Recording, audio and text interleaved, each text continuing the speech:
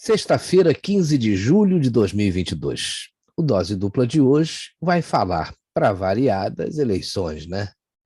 Mais especificamente sobre o plano de fiscalização das Forças Armadas para garantir a lisura do processo eleitoral, desde a votação até a apuração e a validação dos resultados. Em tempos aí de discursos vazios, de ameaça de ruptura institucional, né, como a esquerda vem jogando para a plateia, torna-se aí cada vez mais necessária uma atenção apurada ao sistema por meio do qual governantes e parlamentares vão ser escolhidos pelos eleitores em outubro, né? Faltam praticamente 3 meses para as eleições. Mas a gente fica preocupado, sobretudo, quando jantares acontecem aí nas alcovas de Brasília, né? De um jeito estranho para se discutir eleições.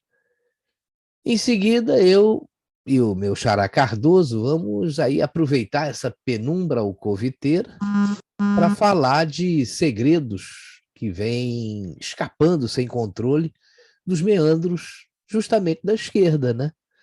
Relações perniciosas, os subterrâneos do poder, o caráter que não se impõe.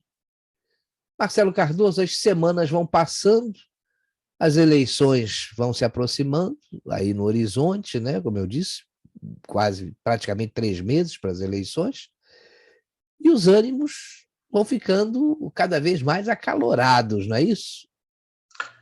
É isso mesmo. Há 80 dias da votação seguramente mais importante do país, cuja relevância extrapola os limites do Brasil e vai permear aí as vidas de vários outros países, os discursos vão ficando mais ácidos, né? Os candidatos menos expressivos, né, terceiras, quartas, quintas, enésimas vias, vão entregando os pontos. Os números das pesquisas continuam oscilando aí de forma espasmódica e pouquíssimo confiável, tentando achar uma aritmética que os valide aí dentro da lógica. Enfim, o universo eleitoral segue cada vez mais em polvorosa. É a pressão do tempo e dos fatos que dá as caras para quem ainda teima em ver realidade naquilo que não é nada real. Pois é, mas o que é real mesmo é que está começando agora mais uma edição do Dose Dupla, né? A sua resenha de todas as madrugadas de quinta para sexta, aqui no instantenews.1. Seja bem-vindo, Marcelo Cardoso, seja bem-vindo você que nos prestigia a partir de agora.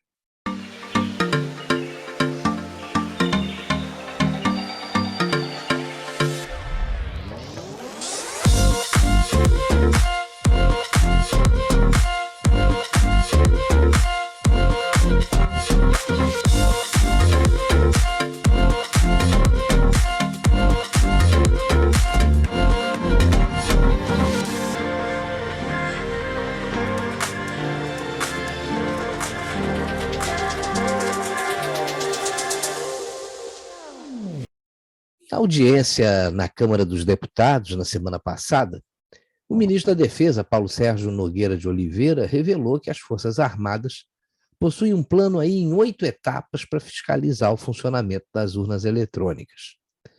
São estágios que envolvem o processo de lacração das máquinas, os testes de autenticidade e de integridade e a verificação da totalização dos votos. Fase essa aí em que a contagem é comparada com os boletins de urna impressos no fim das sessões, em cada uma das 5.700 e tantas aí pelo Brasil. A ideia é que nessa etapa de lacração, por exemplo, lacração no sentido literal, né? Lacração das urnas, os militares estejam presentes para verificar e questionar procedimentos. E, em função disso, poderão propor algo que se perceba aí necessário, né? O ministro sugeriu ainda que haja uma auditoria posterior no fim das eleições, porém sujeita à concordância do TSE, que vai dar a palavra final sobre isso. Particularmente, a gente já sabe até qual é, né? Não. Mas uma outra proposta é que os equipamentos sejam submetidos a testes feitos pelas Forças Armadas, que possuem um corpo técnico gabaritado e, sobretudo, absolutamente confiável, né, em se tratando da instituição que é o Instituto Militar de Engenharia. Tem pessoal que diz também que é o Instituto Tecnológico da Aeronáutica, né? Vitor. Só que o Tribunal Superior Eleitoral tem se mostrado avesso aí a qualquer tipo de ajuda, né? Que ele mesmo solicitou. Mas, sobretudo, quando a ajuda vem das Forças Armadas, né? Se é verdade que quem não deve não teme, para você, Marcelo, qual seria o problema então? Olha, Campos, sei lá, seria uma vaidade dos iluministros, alguns dos quais também componentes do STF, em serem contestados nas suas supremas e inquestionáveis sabedorias? Seria o temor de alguma revelação que não devesse ser revelada? O que sou estranho, Marcelo, é o entusiasmo dos ministros, em especial do Barroso e do Gilmar, registrado em vídeo 5 anos atrás, quando o próprio TSE expôs o novo modelo de urna, com compartimento para o voto impresso auditável, né? É uma memória que a Justiça Eleitoral quer apagar da história. Mas Nossa Senhora da Internet, protetora dos dados da humanidade, não permite que seja esquecida. Amém. Vale lembrar também, Marcelo, ainda os variados expedientes legais e até propostas de emenda à Constituição, desde os tempos do Fernando Henrique Cardoso, aprovando e determinando a implementação do voto impresso auditável. Verdade. De triste lembrança também, mais recente, tem o lobby, carinhosamente chamaremos de lobby, mas eu talvez chamasse de chantagem, sei lá. Enfim, o lobby feito sobre o Congresso, dentro do espírito da independência dos poderes, né, para que se desaprovasse o voto auditável. Eu digo desaprovasse porque é bom deixar muito claro, né, que o voto impresso auditável foi tornado lei e ao Tribunal Superior Eleitoral não cabia discutir a implementação, cabia apenas implementar. Ué, imediatamente. O TSE é um órgão meramente administrativo. A função dele é operacionalizar as eleições. A Justiça Eleitoral não é uma estrutura normativa para fazer o que fez, que era discutir. Não, mas na verdade eu sou contra a implantação. Não, já tinha virado lei. O tribunal tinha por obrigação colocar isso em funcionamento e não fez. Mas no Brasil é aquela história, né? Algumas coisas acontecem à revelia das normas e, pior, ao arrepio da lei. Isso aí é que é perturbador, né? Você vê que os militares avisaram ao TSE que pretendem uma fiscalização própria, né? Contudo, aí, para concluir esse plano, as Forças Armadas solicitaram uma lista de informações técnicas para a corte. E tem se queixado, né, que continuam aí sem respostas. Você vê que são ao todo 12 pontos que vão desde documentos relacionados às eleições de 2014 e 2018, onde eles pediram boletim de urna, relatório de equipamentos substituídos, relatório de comparecimento e abstenção em cada sessão eleitoral e vários outros documentos, né? Até detalhes sobre o programa que seleciona por sorteio as sessões eleitorais em que as urnas eletrônicas vão ser submetidas aos testes de integridade e autenticidade, eles solicitaram, né? Ainda de acordo com os militares, existe a necessidade de esclarecer e conhecer os mecanismos do processo eleitoral. O objetivo disso aí é permitir a execução das atividades de fiscalização. Eu só não entendo por que tanto segredo, né, Marcelo? Boa pergunta. Os militares solicitaram arquivos de imagem dos boletins de urna, né, aqueles que são emitidos no final da votação, com a totalização dos votos de cada urna, são 5.500 e tantas, os municípios, né, cada um com um número X aí de urnas, arquivos com o registro digital do voto, e os logs das urnas, informação importante, né? Os logs registram o que ocorreu ao longo da eleição. Você deve se lembrar da invasão, que eu até chamaria de hospedagem, né, pelo tempo decorrido, pela calma com que o TSE tratou do assunto na época, que aconteceu no sistema do TSE e nos de vários tribunais regionais anos atrás, né? É como se o tribunal não soubesse o que rolava debaixo de suas capas, né? Você deve se lembrar também da menção a problemas com esses logs, né, que eles teriam sido avaliados ou perdidos, e ainda teve aquela pane naquele super, hiper, mega, ultra computador de ultíssima geração da Justiça Eleitoral, que teve um bug, né, em plena liberação dos resultados, deixou Barroso sem fala, com vontade de estalar os dedos e sumir da entrevista coletiva, quando ele estava para divulgar realmente os eleitos. O que eu quero dizer, afinal de contas, é que houve problemas, há problemas, e o TSE, por alguma razão desconhecida, se furta a receber ajuda para saná-los de maneira satisfatória. Eu me refiro à ajuda de uma instituição que goza de total respeitabilidade e da plena confiança do povo brasileiro, que são as Forças Armadas. Não é alguém estranho ao meio, como uma empresa de computação contratada para lidar com esse computador no dia que aconteceu um bug, não. São as Forças Armadas, são brasileiros, são gente treinada, especializada e de uma probidade que eu acho inquestionável. Marcelo, mas fica mais fácil fazer o jogo da ameaça de ruptura institucional, né? Como a gente falou no início. Essa semana, o presidente do Senado e do Congresso, Rodrigo Pacheco, reuniu lideranças de esquerda num almoço em sua casa, né, para discutir temas estranhos, como o pleno funcionamento das instituições democráticas. Aí, como as Forças Armadas, o Supremo Tribunal Federal e o Senado nesse processo eleitoral.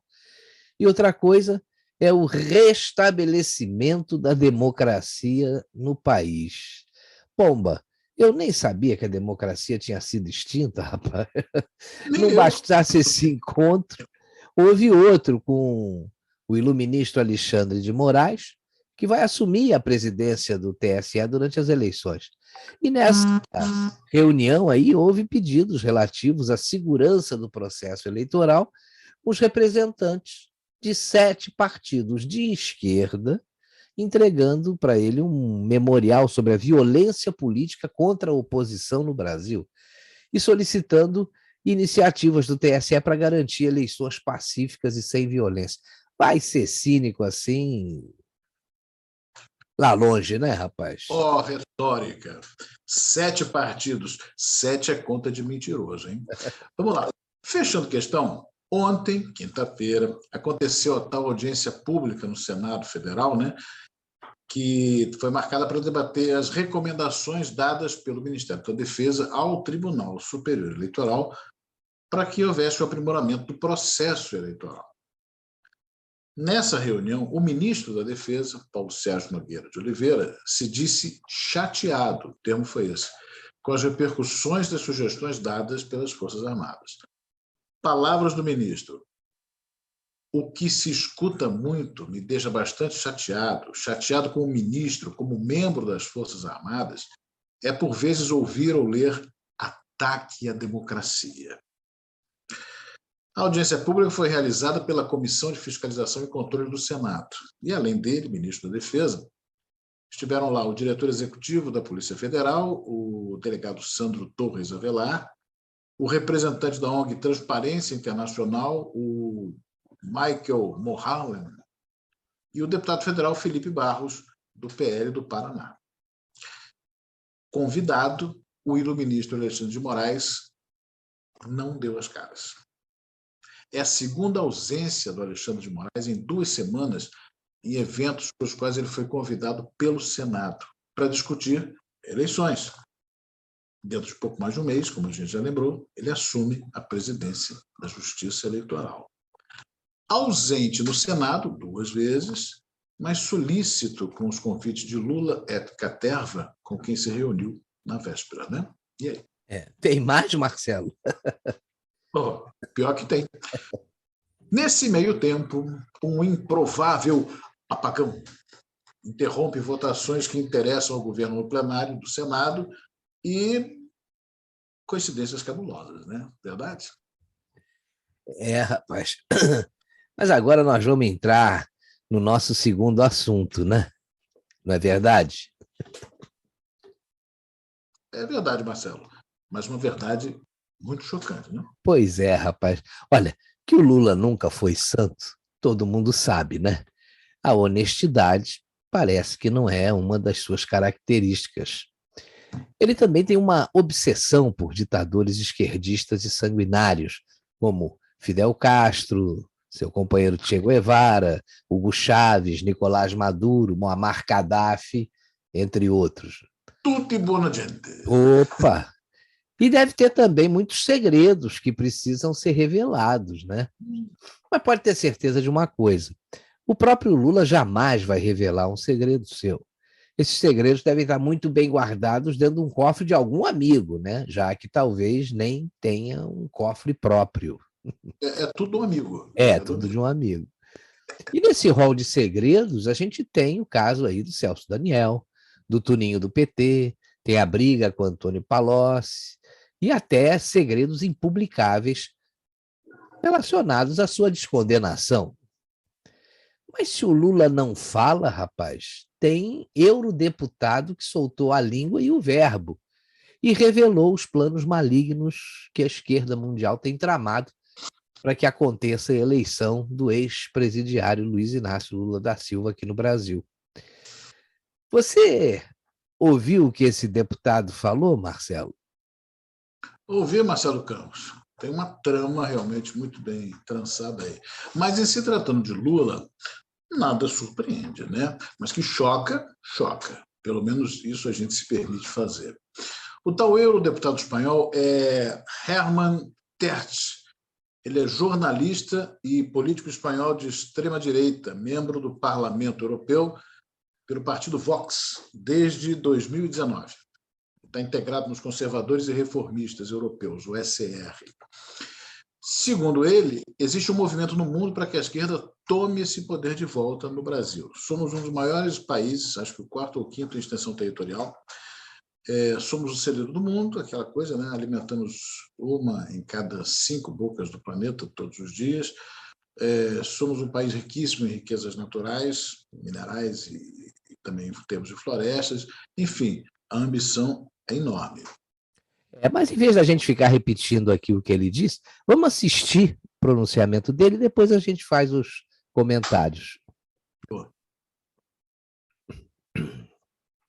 Realmente é curiosa essa questão da repercussão tão grande dos assassinatos na Amazônia brasileira, sem praticamente nenhuma linha sobre o assassinato na Amazônia venezuelana, né?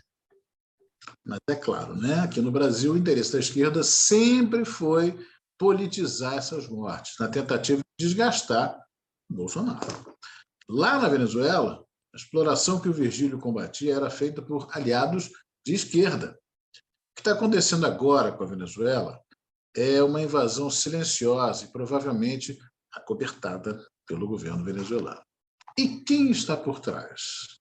O Exército de Libertação Nacional, o ELN, as antigas FARC, Forças Armadas Revolucionárias da Colômbia, que eu já li que, na verdade, essa sigla significaria Forças Armadas Revolucionárias Comunistas, e tem outras máfias armadas também, tantas vezes denunciadas pelo líder assassinado.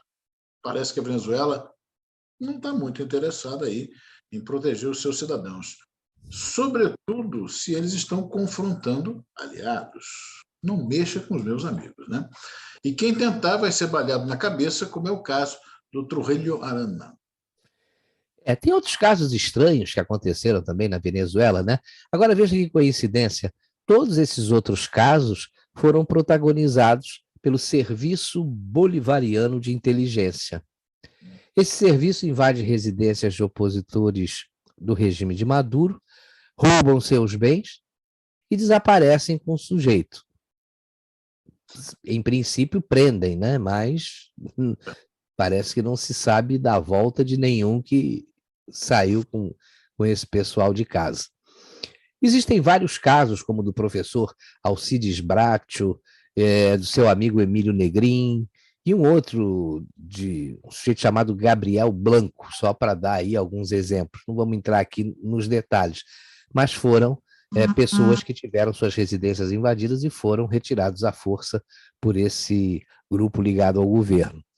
Na realidade, a vida de quem defende alguma coisa contrária aos interesses do governo venezuelano permanece aí em estado de extremo risco naquele país, né? Aqueles que tentam denunciar ou impedir que as gangues armadas que devastam o país se apropriem de parte do seu território e das suas riquezas continuam a ser assassinados. Aqueles que reivindicam os seus direitos ou defendem os dos outros continuam a ser sequestrados e desaparecidos. O regime de repressão continua desenfreado, né? Acompanhado do silêncio do governo e dos seus colaboradores. Aí vê que coisa curiosa, rapaz. Há um ativismo, por exemplo, na Venezuela, contra a derrubada de árvores, ou então a favor do respeito às leis de trânsito. Essas iniciativas são necessárias, ninguém tem dúvida. Só que, em paralelo, tem um silêncio muito marcante em relação ao regime que sequestra, que tortura e provavelmente trafica drogas. Como foi o caso aí, né, do ex-chefe da inteligência do país, o Hugo Carvajal. Ele está preso na Espanha e pode ser extraditado aí para os Estados Unidos a qualquer momento. Esse aí tem muito o que falar, não? Opa, você falou em regime de repressão, né? Essa mesma esquerda fala tanto disso no Brasil, a ditadura militar nos anos 60, 70, né? Aquela história toda. E gozado que eles acusam os governos militares de fazerem o que hoje a gente vê que se faz na Venezuela, mas aí ficam quietos, né? O Hugo Carvajal vai descobrir que lá nos Estados Unidos o buraco é mais embaixo, né? O Carvajal é outro que já revelou alguns segredos sobre o funcionamento de campanhas políticas, o financiamento, mais do que tudo, mas, enfim, o modus operandi dessas campanhas do PT, tudo bancado pelo narcotráfico, né? Ele conseguiu escapar da prisão na Espanha e provavelmente só conseguiu porque alguém deu uma forcinha, né? Alguém muito grande, houve uma conivência, a gente Com imagina. certeza, com certeza. Ele ficou 4 anos foragido, mas acabou preso de novo. Agora está aguardando a extradição para os Estados Unidos. The hole is down below, né? O buraco é mais embaixo. Se ele for para lá, e nós estamos aqui na torcida para que ele vá o mais rapidamente possível, ele vai revelar muita coisa, ele vai entregar muita coisa, abrir o bico para tentar diminuir a pena. E aí nós vamos saber o que aconteceu nas entranhas do Foro de São Paulo. Já tivemos aquela reportagem que saiu há coisa de uns 6 meses, né? Entre 6 meses e 1 ano, da jornalista da Record, que colocou isso nas manchetes, deu um protagonismo a isso no noticiário, e você vê que a esquerda tratou de ficar quieta, deixar que o assunto caísse em relativo esquecimento, porque é conveniente e tal. E você vê, por essas e outras, é que não dá para a gente admitir que o Lula seja candidato à presidência da República, cara. O cara com um passado desse, o que fez com o dinheiro da população brasileira, só tem um lugar para onde ir, na minha opinião, de volta para a cadeia. Mas com certeza, eu estou de pleno acordo. Mas nós vamos ficando por aqui, né, Marcelo? Nosso tempo chegou ao fim. Eu queria aproveitar e informar aí para o pessoal que acompanha a gente que amanhã eu vou fazer uma cirurgia e vou ter que ficar de molho durante pelo menos uns 10 dias. Então, se der, a gente vai gravar amanhã um programa Dose Dupla Especial, né? Nem amanhã, nessa madrugada agora, né? Porque aí a gente exibiria na próxima semana. Vamos tentar pegar uns temas aí atemporais para não ficar um programa defasado, né? Mas, se não for possível, aí o Dose Dupla fica suspenso na semana que vem e volta no dia 29 de julho. Mas nós vamos tentar gravar aí um programa para a semana que vem. Valeu a companhia e um grande abraço para você. Foi muito bom ter você aqui com a gente. Mais uma vez, você que sempre nos acompanha, curte, está sempre presente aqui. Como o Marcelo falou, a gente vai tentar gravar esse especial para vocês, um programa que vai ser um pouco mais curto do que normalmente a gente faz, mas para não deixar vocês com saudades da gente. Em sendo assim, até semana que vem, ou, se não acontecer, se não rolar, até o dia 29 de julho, quando nós vamos nos reencontrar. Um grande abraço e um ótimo fim de semana. Tchau. Tchau.